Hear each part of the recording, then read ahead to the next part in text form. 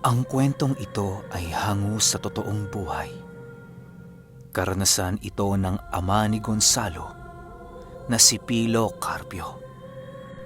Taong 1963, Ulutanga, Zamboanga, Sibugay.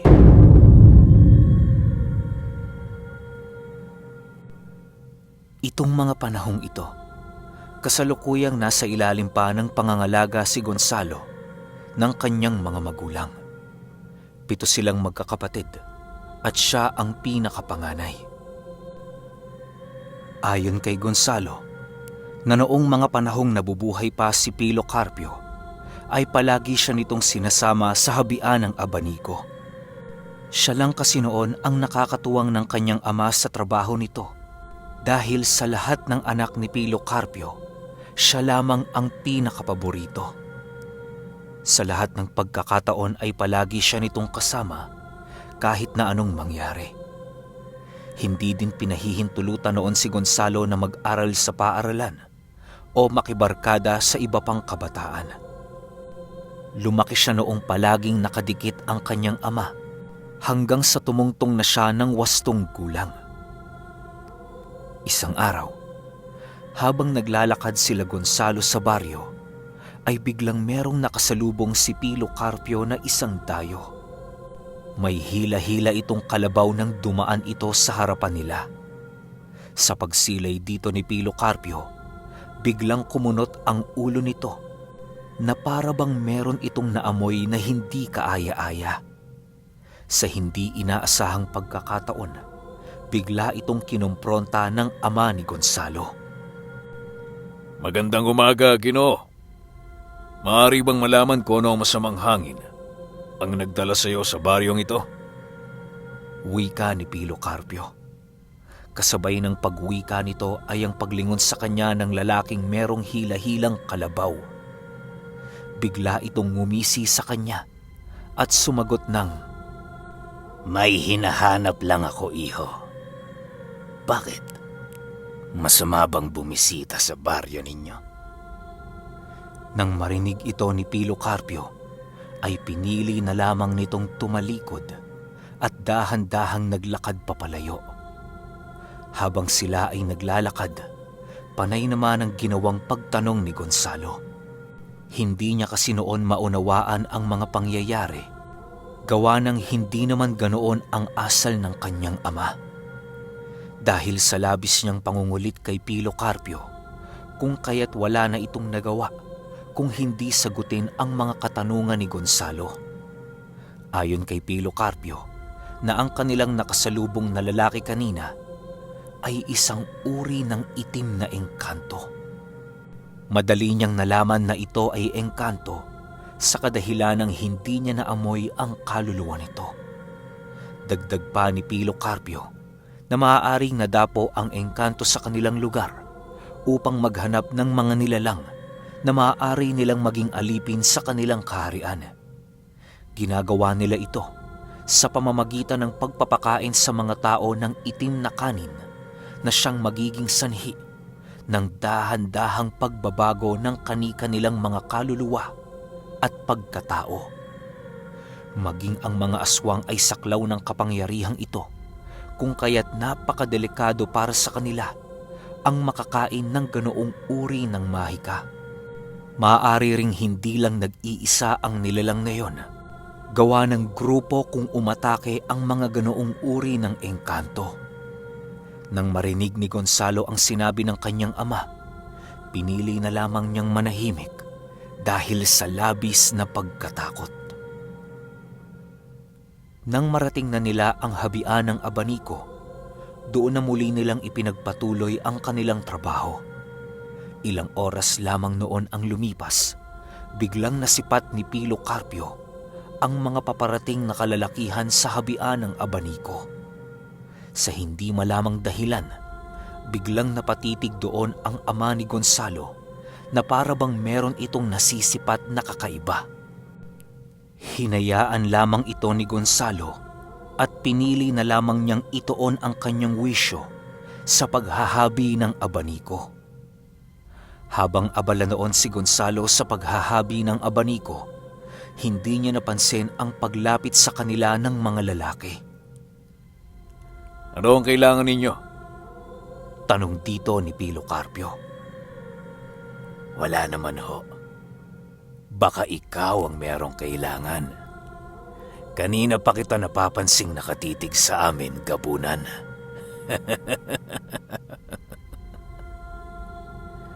Wika ng isang lalaki. Kasabay ng pagwika nito ay ang pagkagulat ni Gonzalo nang marinig niya ang huling sinabi ng lalaki. Pagsipat ni Gonzalo sa kalalakihang yon, doon niya nakita ang iilan sa kanilang mga kababaryo. Hindi siya noon labis na makapaniwala sa sinabi ng mga ito sa kadahilanang alam niyang takot ang mga kalalakihang yon sa kanyang ama. Animoy noong mga oras na yon ay meron itong pinanghuhugutan ng lakas kung kaya't nagawa nitong kumprontahin ang kanyang ama. Ilang minuto pa ang lumipas. Nananatiling tahimik at nakatitig lamang si Pilo Carpio sa mga lalaki. Hindi na niya pinili pang sumagot sa sinabi ng mga ito upang hindi na lumala ang mga pangyayari. Nang mapagtanto ng mga kalalakihang yon na wala nang balak sumagot si Pilo Carpio, ay napagpasyahan nilang lisanin ang lugar na kinaroroonan nila Gonzalo. Sa pagsapit ng hapon, maaga pang umalis ng kanilang tahanan si Pilo Carpio. Pinuntahan kasi ito ng iilan niyang kasama dahil sa meron umano silang lakad noong mismong gabi. Bago tuluyang lisanin ni Pilo Carpio ang kanilang tahanan, nagbilin ito kay Gonzalo ng, Gonzalo, siguraduhin mong pagtungtong ng alas 4:30 ay nasa loob na kayo ng tahanan. Asikasuhin mo yung mga kapatid mo upang maging ligtas kayo sa paglalim ng gabi. Huwag kayong mag-alala. Merong magbabantay sa bahay natin habang wala ako. kasabay ng pag-uwika nito, ay ang dali-dali nilang paglisan sa kanilang tirahan. Ang kasama noon ni Pilo Carpio ay ang kanyang matalik na kaibigan na nagngangalang Dodong. Habang naglalakad ang mga ito, panay naman ang ginawa nilang pag-uusap tungkol sa mga engkantong kilala sa tawag na Dalakitnon. Doon ipinahayag ni Dodong ang pagkalat ng mga nilalang sa kanilang lupaing tinitirhan. Ayon kay Dodong, na ang mga engkanto ay marami ng nahakot na kaanib sa ilang araw nila na pananatili sa Ulutanga. Maging ang mga mambabarang at mga mangkukulam ay napasailalim na din ng kani-kanilang mga kapangyarihan. Pilo Carpio, ano ang gagawin natin kapag hindi natin ito napigilan? Tuluyan ang masasakop ng mga Dalakitnon ng ating lugar. Wika ni Dodong. Huwag kang mag-alala, Dong, dahil gagawa tayo ng hakbang ngayong gabi. Susubukan nating hanapin ang mga engkantong yan na nagbabalat kayo bilang isang ordinaryong tao. Sagot naman ni Pilo Carpio. Matapos nilang makapag-usap, agaran din naman silang naglakad patungo sa tahanan ni Dodong. Naroon na kasi ang kanilang pangkat na siyang maghahanap sa mga itim na engkanto.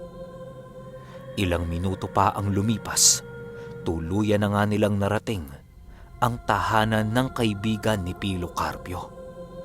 Nadatnan nila ang iilan sa kanilang mga kasama na naghihintay sa kanilang pagdating. Sa pagpasok nila sa tahanan ni Dodong, agad din naman nilang inumpisahan ang kanilang pagpupulong. Doon ay pinag-usapan nila ang tungkol sa mga Dalakitnon at ang mga pangontrang kinakailangan nila upang ito ay labanan.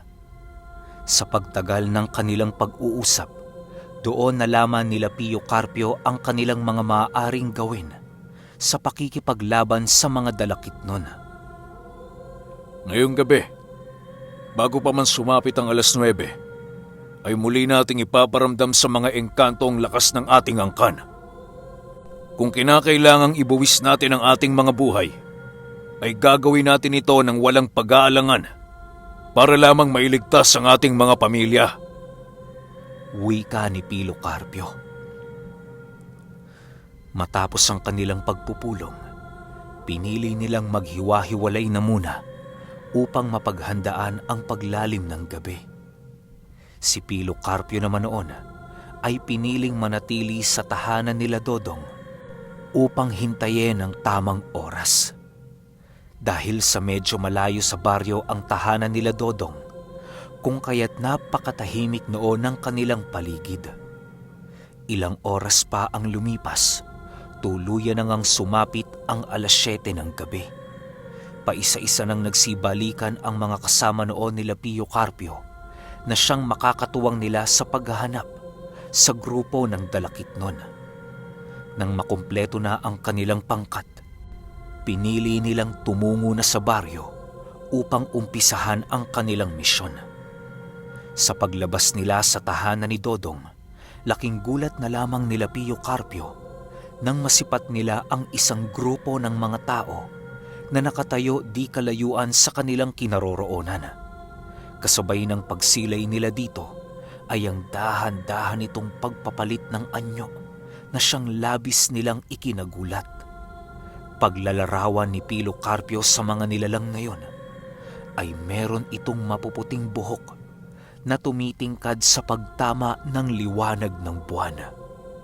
Kulay dilaw din ang mga mata nito at binabalot ng kadiliman ang kani-kanilang mga balat.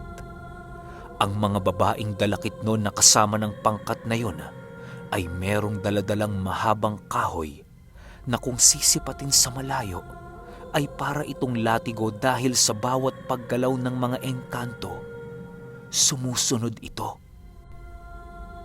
Ang mga lalaking Dalakitnon naman ay nakasuot ng mahahabang tela na bumabalot sa kanilang katawan at mga braso. Matutulis din ang mga tenga nito at wala itong mga ilong. Nang masilayan nila Pio Carpio ang mga Dalakitnon, pinili nilang maging mahinahon upang kausapin ang mga nilalang na bumisita sa kanilang kinaroroonan. Ang ginawa nila noon, dahan-dahang paglapit sa mga ito ng malumanay.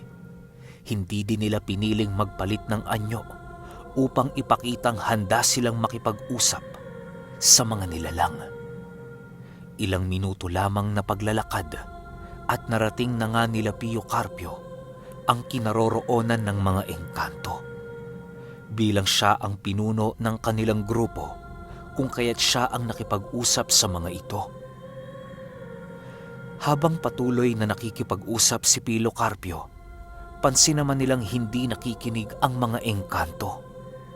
Matapos makapagsalita ng kanilang pinuno, wala naman silang nakuhang sagot sa panig ng Dalakitnon. Animoy hindi nito narinig ang sinabi ni Pilo Carpio na siyang labis nilang ikinainsulto. Dahil sa tumataas na tensyon noon sa paligid, kung kaya't hindi na napigilan ng mga kasama ni Gonzalo ang mga angil dahil sa galit.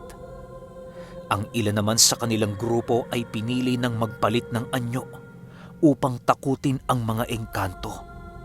Pero dahil sa ginawa nilang yun, kung kaya't napilitan ang mga Dalakitnon na ilabas ang kanilang mga itinatagong armas. Kisap mata lamang noon nang biglang hinubad ng mga lalaking engkanto ang kanilang mga balabal na pumupulupot sa kanilang mga katawan. Pagsilay nila Pio Carpio sa katawan ng mga ito, doon nila nasilayan ang 2 mahabang espada na nakatago sa kanilang mga dibdib. Pagbunot ng mga Dalakitnon sa armas na yon, agaran din naman nilang nilusob ang pangkat nila Pilo Carpio. Wala na silang nagawa noon kung hindi ang makipaglaban upang mailigtas ang kani-kanilang mga buhay. Dahil sa bilis at likse ng mga Dalakitnon, kung kaya't nagawa nilang makipagsabayan sa angkan ng mga aswang.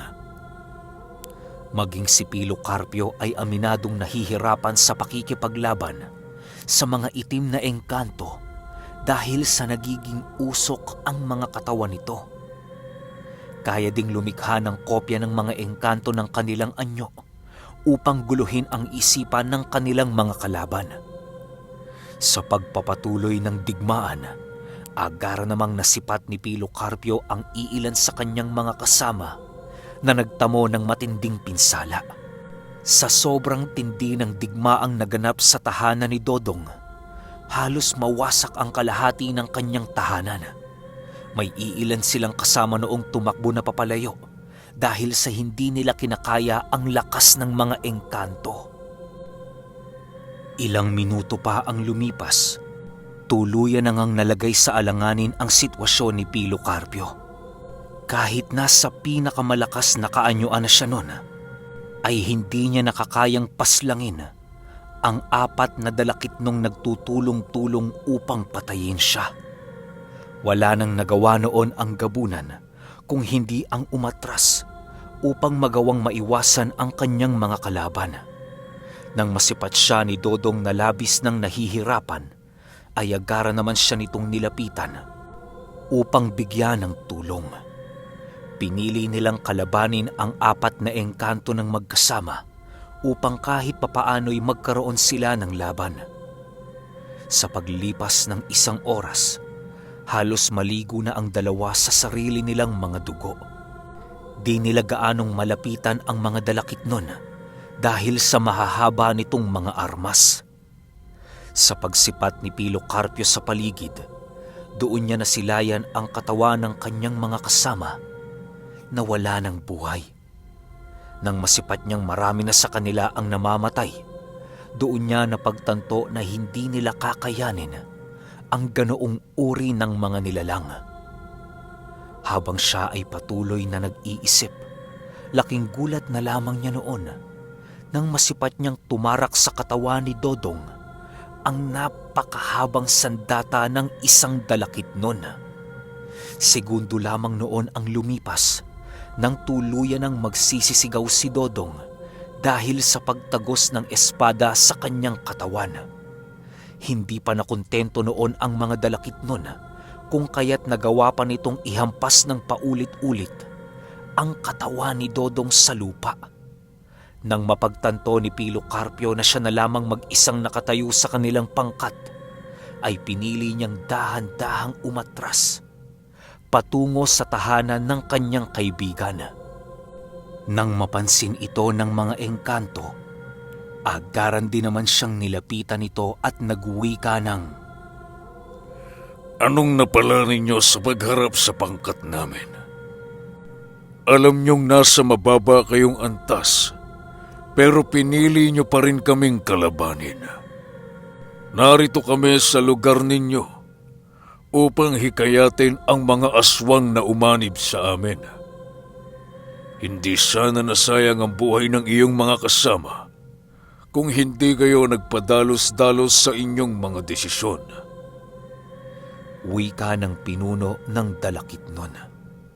Kasabay ng pagwika nito ay ang pagtarak nito ng kanyang kamay sa dibdib ni Pilo Carpio na para bang meron itong hinuhugot. Matapos itong gawin ng engkanto, agaran din naman siyang nanghina habang dahan-dahang napapaluhod sa lupa. Bibigyan kita ng 1 linggo gabunan. Sa loob ng 1 linggo, gawin mo ang lahat upang maipasa mo ang iyong bertud sa iyong panganay na anak. Yun na lamang ang maaari mong gawin bago ka tuluyang maging alipin namin. Isipin mong pabuya ko yan sa iyo dahil sa iyong katapangan.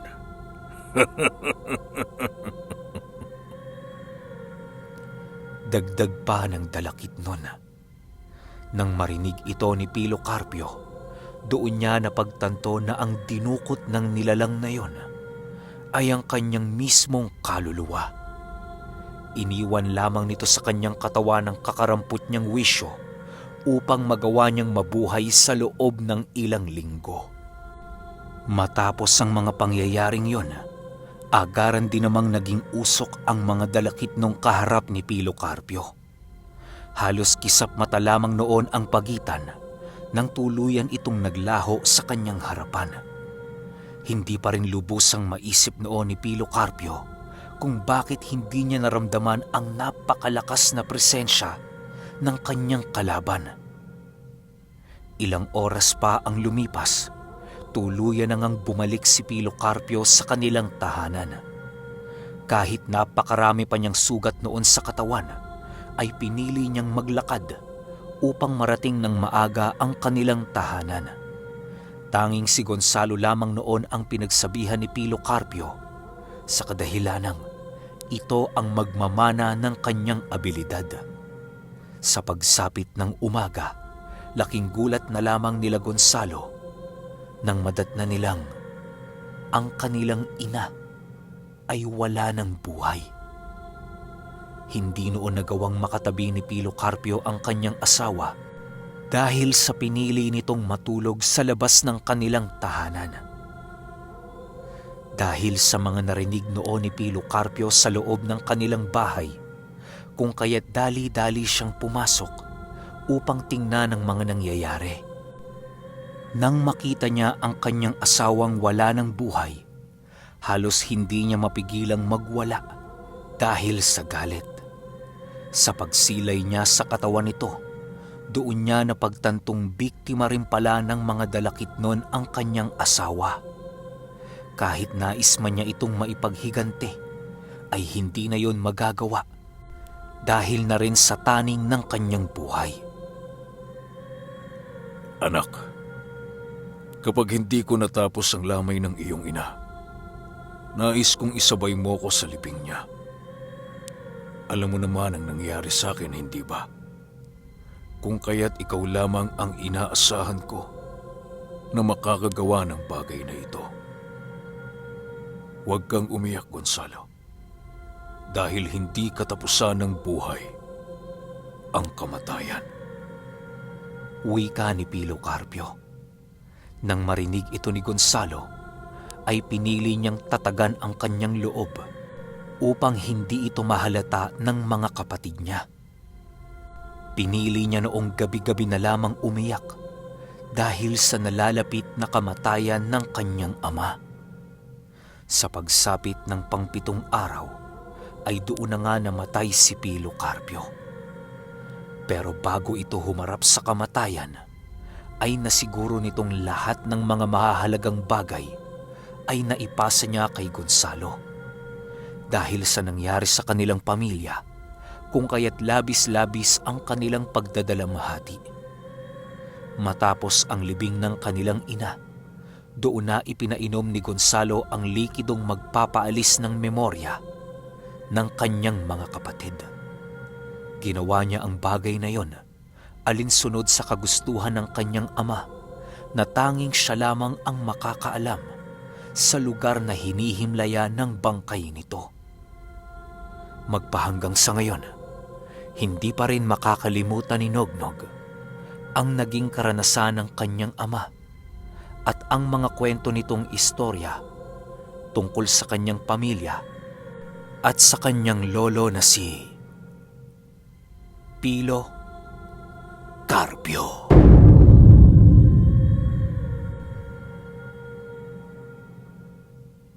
Okay, shoutout ko muna yung mga bagong warrior members ko na sina Jovan Marmolejo, Nadine Foster, Rocky 101, Amber Samsam, Herbert Quijano, Zimoki, Annabella, Kevin Magbanwa, Realistic TV, Johanna May Marasigan, Giovanna Van, Augusto J.R. Pardo, Joe Decors. At sa mga nag-renew ng badge, andyan naman sina Angelica Maman, Bima 45, Maya Dalanon, Libretang Itim, subscribe kayo dyan. Bathala Adventure, subscribe kayo dyan. Fetus, Bridget Gilaran, Chomax, Lealyn Corpus, Maria, Pretty Momshi, Ebril Emparil, Mr. McNeil, Blaze Hort, Harbringer 14324, Mariang Kikay PH, Andrea Gumana, Cruzeth, Jeffrey Allen Mobido, Nikki Galego, Louis Henson, happy 1 year sa'yo, Elizabeth Luigo, RJ Napoles, at kay Esperanza Pasis. Okay, gagawa ko ng pinned comment ngayon dito para sa random subscribers natin. Comment lang kayo ng Pilo Carpio. Tapos kung sino yung may comment na Pilo Carpio, yun yung shoutout ko sa next upload natin. Yun lang. Hanggang sa susunod na kwento. Salamat.